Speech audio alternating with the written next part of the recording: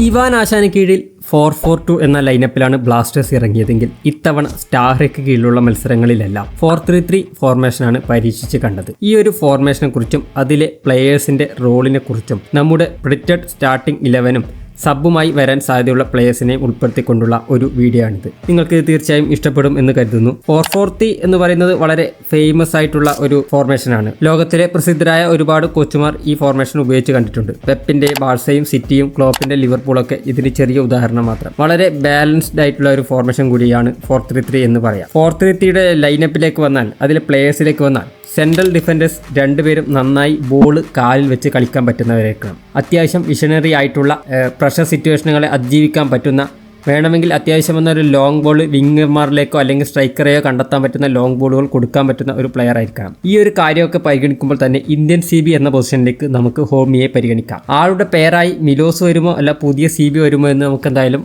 കണ്ടറിയാം. ഇനി ഫുൾ ബാക്കിലേക്ക് വന്നാൽ 90 മിനിറ്റും അപ്പ് ആൻഡ് ഡൗൺ കളിക്കാൻ സാധിക്കുന്നവരായിരിക്കണം ഇവർക്ക് അറ്റാക്കിങ്ങിൽ വളരെയധികം പ്രാധാന്യമുണ്ട്. ട്രെൻഡിനെയൊക്കെ ലിവർപൂൾ യൂസ് ചെയ്തത് നിങ്ങൾ ശ്രദ്ധിച്ചിട്ടുണ്ടാവും. ഒരു വിങ് ബാക്ക് അറ്റാക്കിന് പോകുമ്പോൾ മറ്റേയാൾ ഡിഫൻസിന് സപ്പോർട്ട് കൊടുത്തു നിൽക്കുക എന്നാണ് ഈ ഒരു ഫോർമേഷന്റെ പ്രത്യേകത. അതുകൊണ്ട് തന്നെ ഇവർ തമ്മിലുള്ള ഒരു എഫക്റ്റീവ് കമ്മ്യൂണിക്കേഷൻ അത്യാവശ്യമാണ്. കൂടാതെ വിങ് ഫോർവേഡ് കളിക്കുന്ന പ്ലെയറുമായിട്ടുള്ള എഫക്റ്റീവ് കമ്മ്യൂണിക്കേഷനും അത്യാവശ്യമാണ്. സന്ദീപ്, ഐബാൻ എന്നിവരെ നമുക്ക് ഈ റോളുകളിലേക്ക് പരിഗണിക്കാം. സഹീഫ് പ്രീ സീസണിൽ ഗോളുകളൊക്കെ നേടിയിരുന്നെങ്കിലും ISL എക്സ്പീരിയൻസ് കുറവായതുകൊണ്ട് തന്നെ ആളെ പരിഗണിക്കുമോ, സ്റ്റാർട്ടിംഗ് 11ലേക്ക് പരിഗണിക്കുമോ എന്ന കാര്യം എനിക്ക് ഉറപ്പില്ല. കൂടാതെ നമുക്ക് നവോച്ച ഒരു ഓപ്ഷൻ ആയിട്ടുണ്ട്.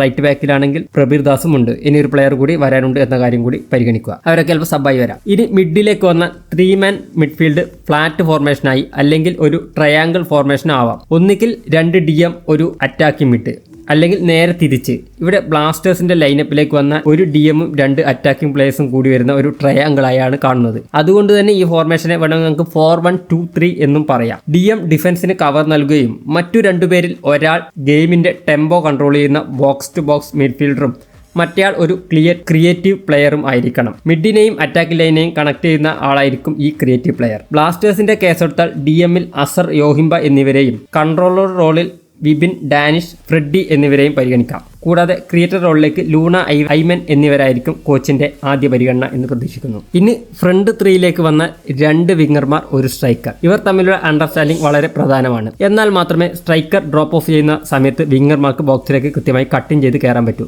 ഈ സിസ്റ്റത്തിൽ സ്ട്രൈക്കർക്ക് ഒരു ഫാൾസ് നൈൻ റോളും ഏറ്റെടുക്കാൻ പറ്റും. കൂടാതെ വിങ്ങർമാർക്ക് വിങ് ബാക്കുമായിട്ടുള്ള കമ്മ്യൂണിക്കേഷനും എഫക്റ്റീവായി ഉണ്ടാകണം. എന്നാൽ മാത്രമേ പ്രോപ്പർ അണ്ടർസ്റ്റാൻഡിംഗ് ഉണ്ടാവുകയുള്ളൂ. അണ്ടർലാപ്പും ഓവർലാപ്പും എഫക്റ്റീവായി നടത്തുകയുള്ളൂ. വിങ്ങിൽ നിന്ന് വരുന്ന ക്രോസുകളായിരിക്കും ഈ സിസ്റ്റത്തിന്റെ മെയിൻ ആയിട്ടുള്ള അറ്റാക്കിംഗ് ത്രെറ്റ്. കൂടാതെ മിഡിൽ നിന്നുള്ള ത്രൂ ബോളുകളും നമുക്ക് പ്രതീക്ഷിക്കാം. ലെഫ്റ്റ് വിങ്ങിൽ നോഹയും റൈറ്റ് വിങ്ങിൽ നമുക്കൊരു ഇന്ത്യൻ വിങ്ങറെ പ്രതീക്ഷിക്കാം. സെൻട്രൽ ഫോർവേഡായി പുതിയ ഒരു ഫോറിൻ സ്ട്രൈക്കറെ പ്രതീക്ഷിക്കുന്നു. ഈ ഫോർമേഷന്റെ അറ്റാക്കിംഗ് ആൻഡ് ഡിഫെൻഡിങ് സ്റ്റാറ്റുകളെ കുറിച്ച് ഞാൻ വേണമെങ്കിൽ അടുത്ത വീഡിയോയിൽ പറയാം. ഇതൊരു പാർട്ട് 1 വീഡിയോ ആണ്. ഇനി പാർട്ട് 2 വീഡിയോ ആവശ്യമാണെങ്കിൽ നിങ്ങൾ കമന്റ് ബോക്സിൽ പാർട്ട് 2 എന്ന് കമന്റ് ചെയ്യുക. നമുക്ക് അടുത്തൊരു പാർട്ട് 2 വീഡിയോ ചെയ്യാം. അപ്പോൾ ഞാൻ എൻ്റെ ഒരു പ്രിഫേർഡ് ലൈനപ്പ് ഞാൻ പറയാം. ഗോൾ കീപ്പറായി ഇപ്പോൾ സച്ചിൻ സുരേഷിനെ തന്നെ പരിഗണിക്കുക. ISL ആകുമ്പോഴേക്ക് സച്ചിൻ സുരേഷ് റെഡിയാവും.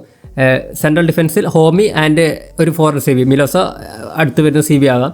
ലെഫ്റ്റ് ബാക്ക് ഐബാൻ, റൈറ്റിൽ Sandeep, middle Azhar, Vipin, Luna and front 3യിൽ നോഹ, സ്ട്രൈക്കറായിട്ട് ഒരു ഫോറിൻ സ്ട്രൈക്കർ തന്നെ. റൈറ്റിൽ വിങ്ങിൽ എനിക്കൊരു ചെറിയ കൺഫ്യൂഷൻ ഉണ്ട്.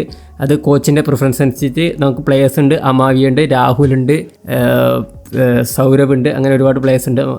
ആരെ വേണമെങ്കിലും ഉപയോഗിക്കാം. സോ ഇതിൻ്റെ പാർട്ട് 2 വീഡിയോക്കായി പാർട്ട് 2 എന്ന് കമൻറ്റ് ചെയ്യുക. വീഡിയോ ഇഷ്ടപ്പെട്ടെങ്കിൽ തീർച്ചയായും ലൈക്ക് ചെയ്യുക. മറ്റൊരു വീഡിയോയുമായി വീണ്ടും കാണാം.